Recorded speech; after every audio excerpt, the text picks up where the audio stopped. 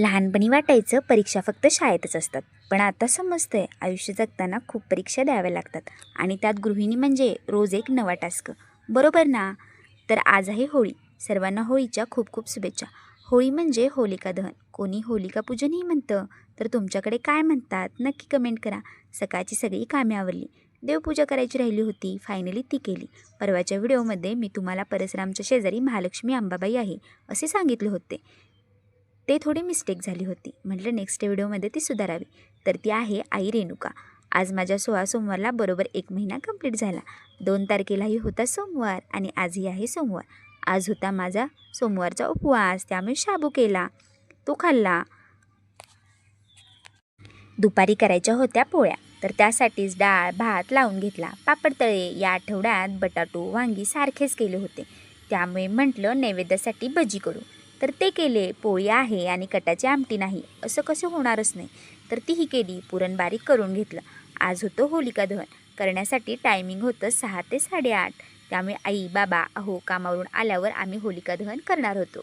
मला खूप जण कमेंट करतात, तुमच्या सासूबाई सासरे कुठे असतात, तर तुम्ही वेगळे राहता का? नाही, आम्ही एकत्रच राहतो. त्या जास्त व्हिडिओमध्ये दिसत नाहीत, कारण त्या जॉब करतात आणि त्या संध्याकाळी येतात. त्या कारणामुळे त्या जास्त व्हिडिओमध्ये नसतात. मंगळवारी जेव्हा सगळ्यांना सुट्टी असते त्या दिवशी आमचे काहीतरी काम निघते, त्यामुळे शक्यतो मंगळवारचेही बाहेरचेच व्हिडिओ होतात.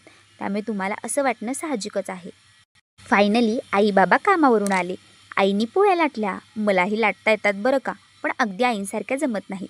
काही फुगतात, काही फाटतात, कधी कधी खूप छान जमतात. त्यामुळे पोळ्याचं डिपार्टमेंट आई सांभाळतात. नैवेद्याच्याही पोळ्या केल्या. आई पोळ्या करूपर्यंत बाबांनी होळीची तयारी केली होती. आईनी होळीला हळदी कुंकू लावून घेतलं, मीही लावून घेतलं. या दिवशी आपले वाईट विचार होळीत जाळायचे असतात. आईनी होलिकेत कापूर ठेवला. आम्ही पाठीमागे होळी करतो, तिथे लाईट नसल्यामुळे व्हिडिओ क्वालिटी थोडी लो आहे. हा आमचा स्वर्ण ढोल वाजवण्याचे काम करत होता. तर बघा, होलिकेभोवती अशी काही रांगोळी मी आणि आईंनी काढली होती. होलिकेमध्ये काही गोष्टी अर्पण करतात.